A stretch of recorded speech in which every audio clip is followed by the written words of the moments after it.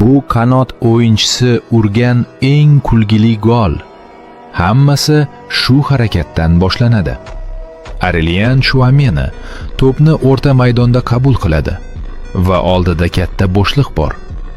U to'pni Dani Carvajalga uzatadi. U qabul qiladi va darhol Ryan Ait-Nuri tomonidan qattiq bosim ostiga tushadi. O'sha paytda hamma uni markazga uzatadi deb o'ylaydi. Lekin yo'q.